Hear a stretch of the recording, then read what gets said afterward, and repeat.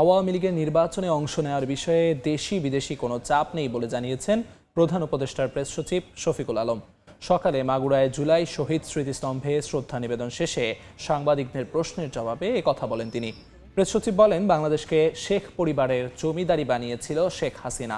ফেব্রুয়ারি নির্বাচনের মধ্য দিয়ে গণতন্ত্রের জন্য জুলাইয়ের আত্মদানকারীর চূড়ান্ত রূপ পাবে বলেও মন্তব্য করেন প্রেস সচিব।